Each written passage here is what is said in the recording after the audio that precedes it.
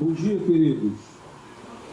É sempre uma alegria de verdade. O pastor Vitor já falou que eu já tenho vindo aqui há algum tempo, né? E é sempre prazeroso poder estar com os irmãos, cultuar a Deus junto com os irmãos. Porque, deixa eu falar algo aqui que eu percebo, não sei se é a percepção de vocês, mas é o que eu percebo desde o momento que eu conheci essa igreja. Toda vez que eu lembro da fala de Jesus dizendo: olha, vinde a mim, todos aqueles que estão cansados e sobrecarregados, e outras versões vêm dizendo assim, oprimidos, e eu vos aliviarei. Aonde está a galera oprimida? E é uma grande parte, a gente sabe onde está essa galera oprimida. E aí eu lembro da NIB cumprindo esse papel de acolhimento, de braços abertos, acolhendo os oprimidos. E é por isso que eu me sinto muito bem aqui. Eu me sinto em casa, né? Formalmente, tá gravando, né? Eu ainda sou membro da Igreja Batista no Meia. Lá eu trabalhei com a juventude, com os adolescentes, mas eu confesso que o nosso coração está muito inclinado para a caminhada aqui com os irmãos.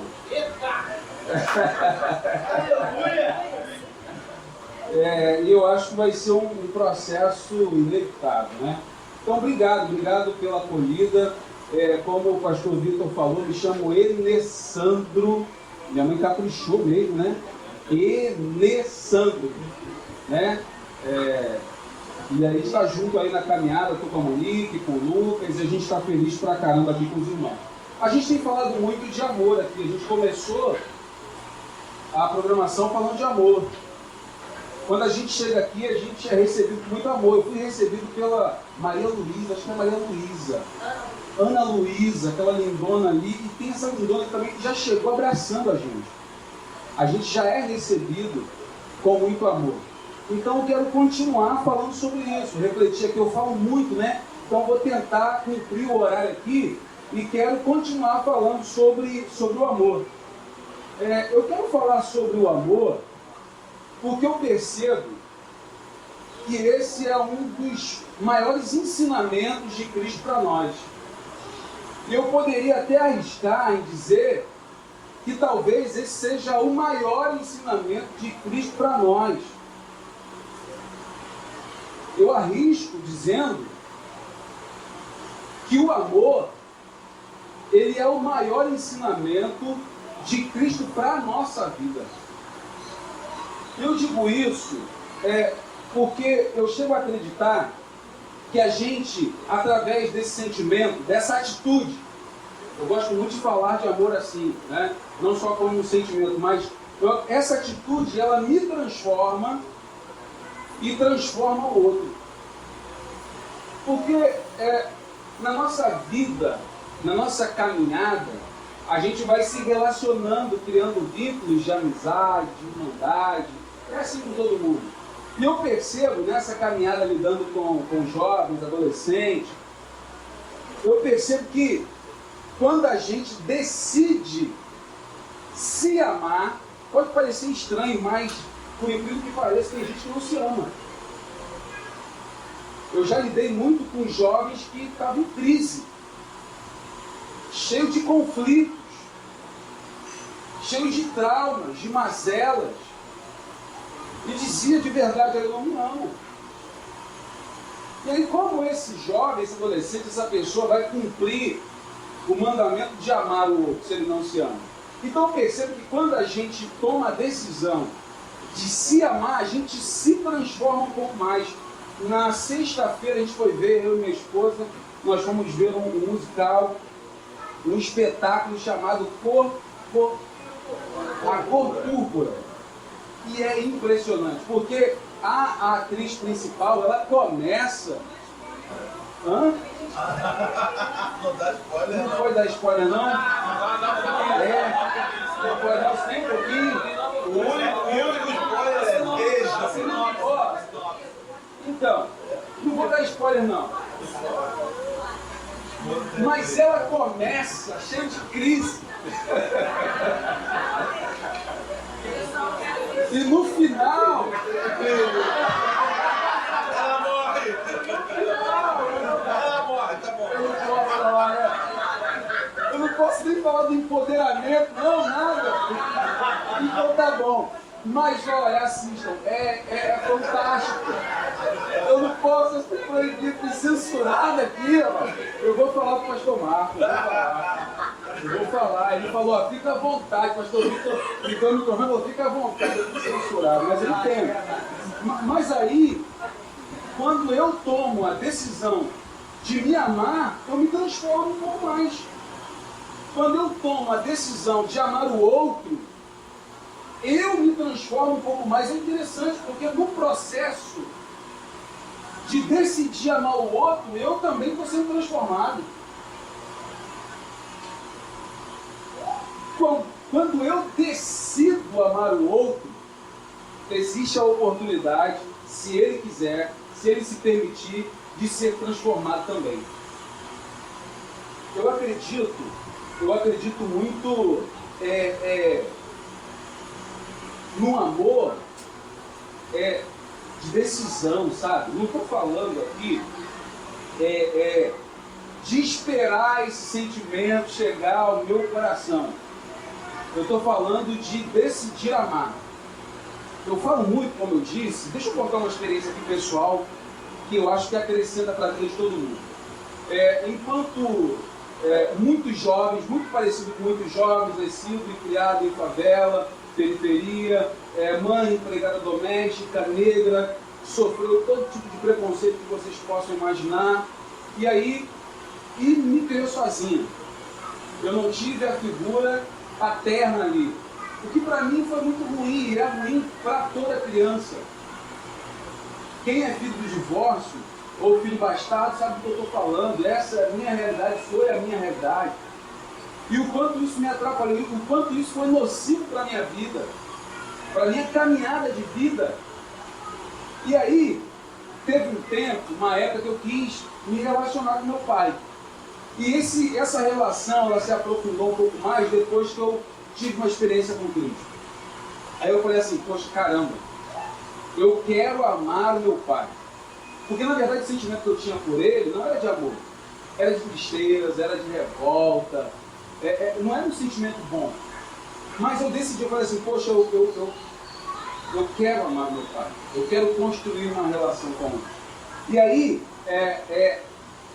essa rede de apoio aqui é muito boa, né? Eu chamei os jovens e tal, eu estava no início da minha caminhada cristã, e esse primeiro amor é impressionante, né? E aí eu falei, poxa, olha, me ajuda em oração, porque eu vou me encontrar com meu pai, e eu quero construir uma relação com ele, e eu já tinha tido alguns encontros, eu falei assim, eu quero falar para meu pai que eu amo. Olha como isso é difícil, hein? Aí eu marquei, fui preparado, fiz jejum, orei, aí eu fui, e tenso o tempo todo, a tensão, de ficar tenso, eu comia, mas tenso, porque eu ficava esperando aquele momento, era o momento clímax. E aí a gente se abraçou, na hora de falar para ele, eu não tive coragem, voltei, aí eu chorei no ônibus, eu compartilhei essa experiência com os amigos, o pessoal, calma rapaz, e tal, vai dar certo. E aí continuei o mesmo processo, aí falei, olha, vai ser hoje, marquei com meu pai novamente.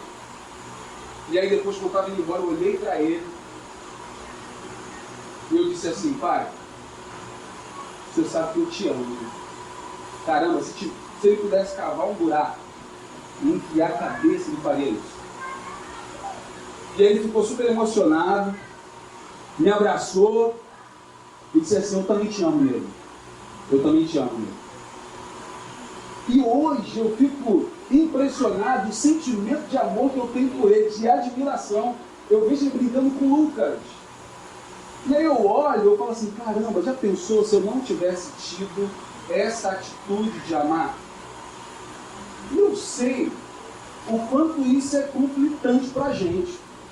Eu faço questão de compartilhar essa experiência, porque eu sei o quanto isso vai ser edificante para a sua vida, porque eu não sei qual é o relacionamento que você tem, seu pai com a sua mãe, enfim. Mas essa decisão como eu falei inicialmente, eu percebo que essa decisão ela pode mudar. Ela me muda, ela muda o outro, ela muda a realidade em nossa volta. As Escrituras ela tem muitos apontamentos para esse ensinamento de Jesus. Lá em Mateus, eu vou citar aqui alguns versículos, então se vocês quiserem anotar, fiquem à vontade, tá bom?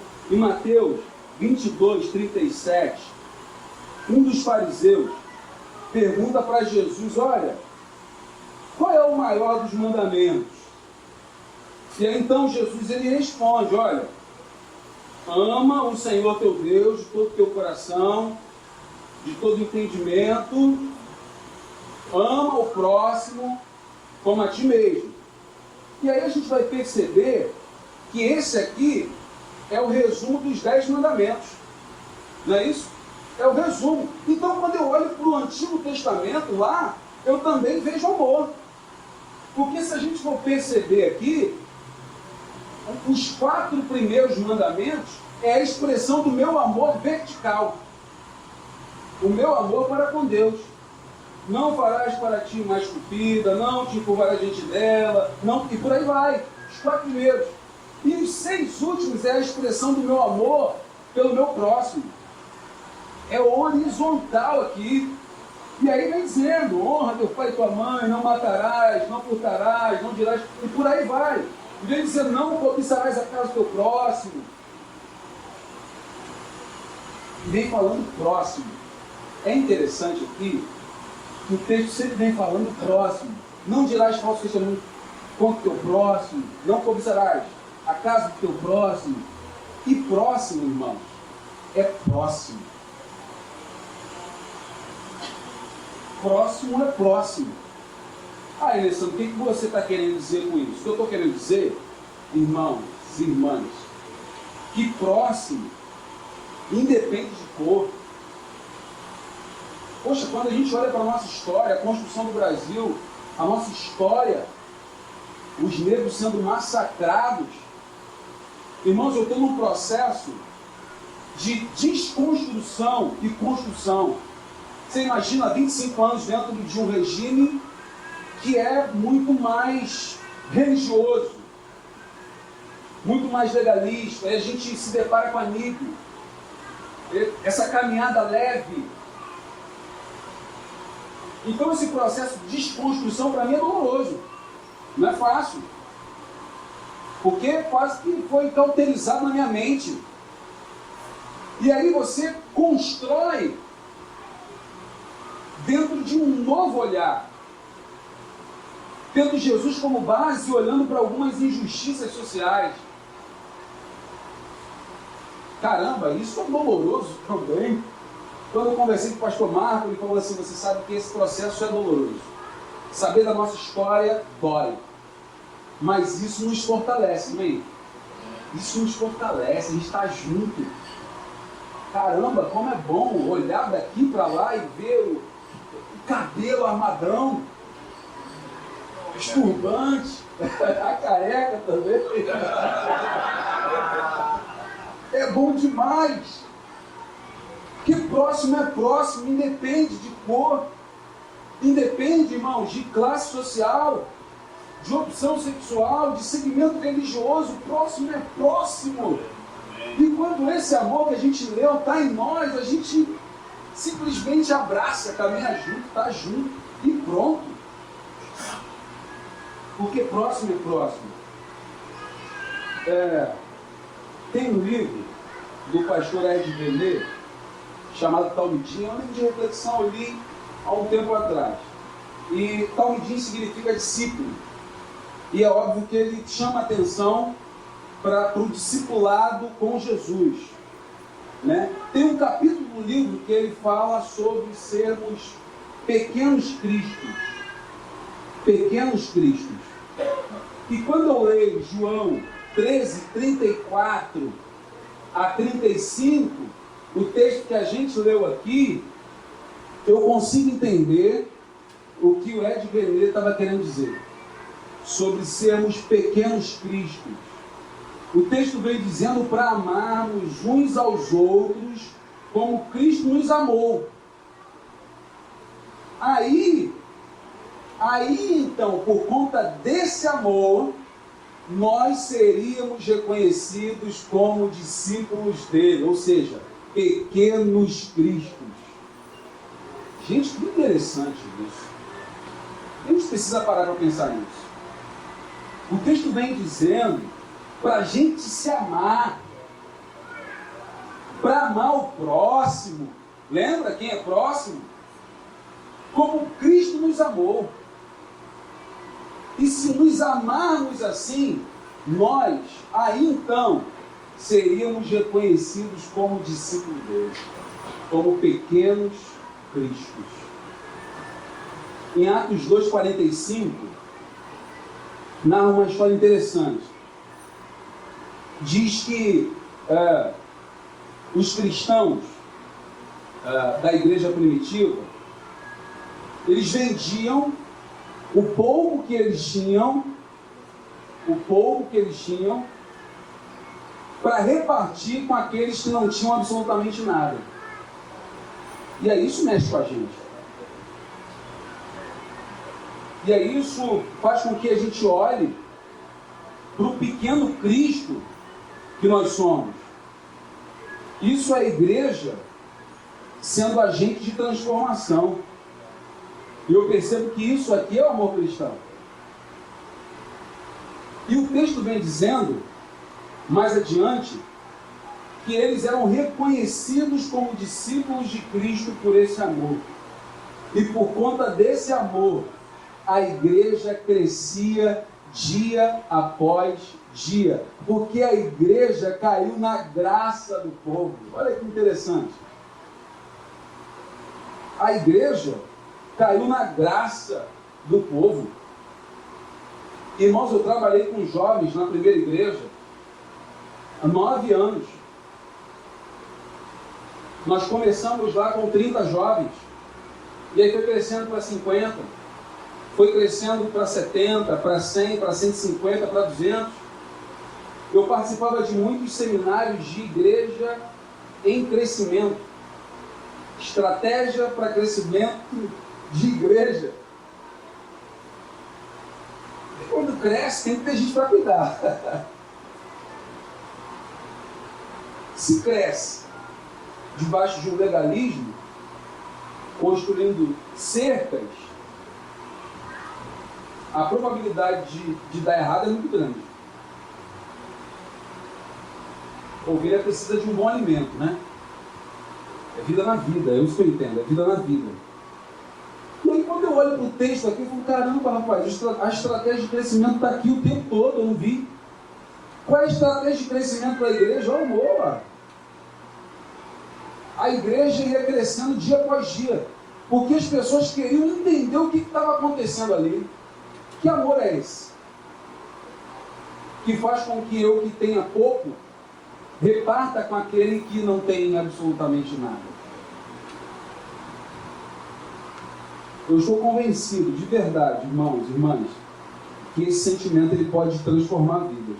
Olha o que vem dizendo 1 Coríntios 13, do 2 ao 4.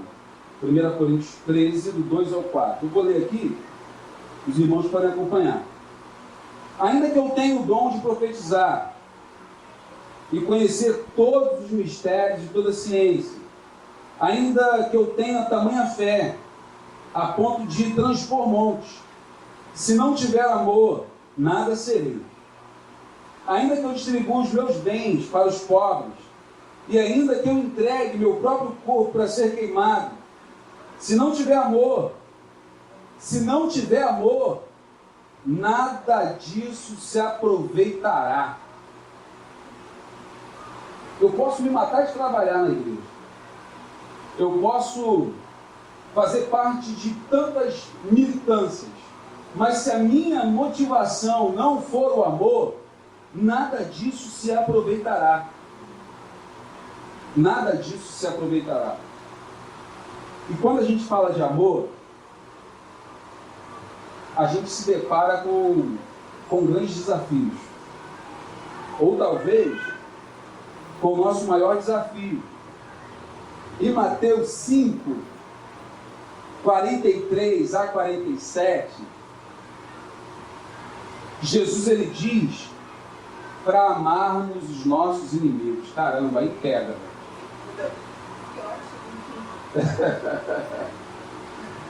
É difícil demais. Mateus 5, amar o próximo tudo bem, né? Amar o irmão também, poxa.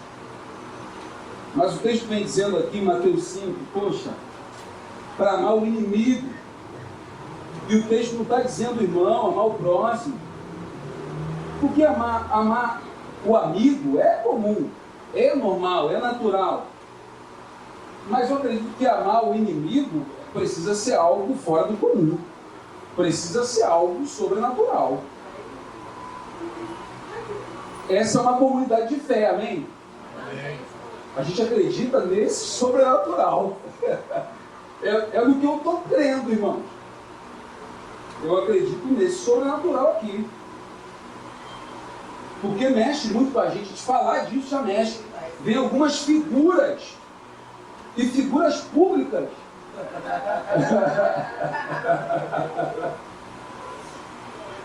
Vem algumas figuras. E aí o texto está dizendo para amar o inimigo. Caramba. Eu vi. Vamos tentar falar um pouco disso. Para minimizar um pouco. Eu vi uma entrevista do pastor Henrique Vieira. E ele fala algo interessante sobre esse amor ao inimigo. Ele diz que ele aprendeu, lendo Martin Luther King, que amar o inimigo não é gostar. Opa, já dá uma aliviada, né? Já dá aliviada. Alivia pra caramba, né? Amar o inimigo não é forçar uma admiração por quem te maltrata. Opa, já aliviou mais ainda. E é interessante, porque aí então seria violento para nós, seria falso, hipócrita, superficial. Aí ele diz assim: amar é decidir não estreificar, não desumanizar quem te desumaniza. É não querer para o seu inimigo aquilo que ele quer para você. Caramba! Isso é interessante. Aí dá para a gente fazer. Com esse sobrenatural ainda assim, quando a gente lembra dessas figuras públicas. E aí a gente pede a Deus. Porque isso é forte. Mas é por isso que a humanidade é dividida em duas, por conta desse amor que Cristo nos ensinou, irmão. Porque senão não teria sentido.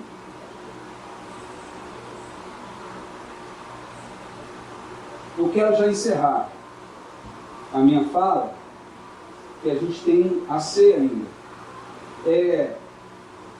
Usando aqui o exemplo maior que eu tanto citei, que é o do nosso Cristo. Porque, irmãos, irmãs, eu não tenho como falar de amor, viver o amor, esse amor, e ser conveniente ou me silenciar diante de algumas injustiças sociais. Não dá. Lembra, eu não estou falando de um amor passivo, estou falando de um amor ativo, de um amor real, não estou falando de algo falso. Um amor que, quando a gente decide, muda a gente também. Como eu vou falar de amor? Vou vivenciar esse amor sem combater e denunciar o racismo? Não dá. É impossível. Sem combater a LGBTfobia. Não dá. O feminicídio, o machismo. Hoje eu me percebo e quanto me percebo como machista. E peço a Deus que modifique isso em mim a cada dia, porque quando eu tomo essa decisão, de algum momento, de alguma forma, eu estou sendo modificado também. Jesus, ele nos ensina esse amor quando ele olha para Bartimeu, o cego, o mendigo, que já é posto à margem da sociedade, que não tem nenhum valor. Mas aí então, Jesus ele volta o seu olhar para esse cego. E eu fico percebendo, irmãos, o quanto esse cara sofria, cara. O quanto ele tinha recorrido a tantas coisas e nada dava jeito. E aí, de repente, quando Jesus está passando, ele vê ali a sua última esperança. E ele começa a gritar e tentam silenciar o cego. Quando tentarem nos silenciar, a gente tem que gritar ainda mais forte. E ele grita ainda mais forte: olha, Jesus, filho de Davi, tenha compaixão de mim. De alguma forma, aquele cara consegue chamar a atenção de Jesus, ele para. E a vida desse cego, dessa pessoa colocada à margem da sociedade, um oprimido, é modificado. Jesus ele direciona o seu olhar para a mulher samaritana, porque os judeus não podiam se misturar, e os samaritanos eram judeus misturados. E ele direciona a palavra a essa mulher, não só direciona a palavra, mas dá uma palavra de vida para ela. Jesus ele direciona o seu olhar para uma prostituta, Maria Madalena. A gente está falando de pessoas que são postas à margem da sociedade, oprimidas o tempo todo. E a gente vê Jesus direcionando o olhar justamente para essas pessoas. Eu estou convencido disso, irmão. Irmãs, olha, eu estou convencido de verdade que a gente está no caminho certo. É um caminho de luta mesmo, de resistência. Porque quando eu olho para Jesus, eu vejo Jesus olhando para essas pessoas. Então a gente não pode parar, a gente tem que seguir em frente. Aqui é o nosso lugar. Esse é o nosso lugar. Eu vejo Jesus olhando para Zaqueu. Poxa, Zaqueu era um traidor, sendo judeu, trabalhando para o Império Romano. E aí Jesus ele fala assim: ó, Zaqueu, tanta gente boa ali para Jesus chamar, né? Tanto cidadão de bem ali, hein? Pensa aí. Tanto fariseu, tanto saduceu, tantos religiosos. Mas aí Jesus ele direciona o olhar para quem? Para Zaqueu. Jesus desce porque hoje me convém pousar na tua casa. Isso é espetacular. Jesus e seu olhar de amor para o ladrão da cruz. Irmão, olha para quem Jesus direciona o olhar. Para o ladrão da cruz. Ele não perguntou: o que você fez, quem é você? Não, ele estava ali. Foi sentenciado. Mas Jesus, ele olha para aquele ladrão. Tem que ser o nosso olhar mesmo. Deixem falar o que quiserem. A nossa maior referência é o Cristo, é Jesus. O que nós queremos ser é pequenos cristos aonde nós estivermos. Esse é o nosso objetivo. E a gente vê a expressão maior de amor de Jesus na cruz do Calvário, se entregando por mim e por você. Minha oração é que esse amor invada o nosso coração, que a gente decida amar. Que nessa decisão a gente possa ser transformado um pouco mais e contribuir e sermos instrumentos para a transformação do outro também. Deus abençoe. Obrigado mesmo pela oportunidade de estar com vocês. E a gente vai estar junto muitas vezes. Deus abençoe. Amém.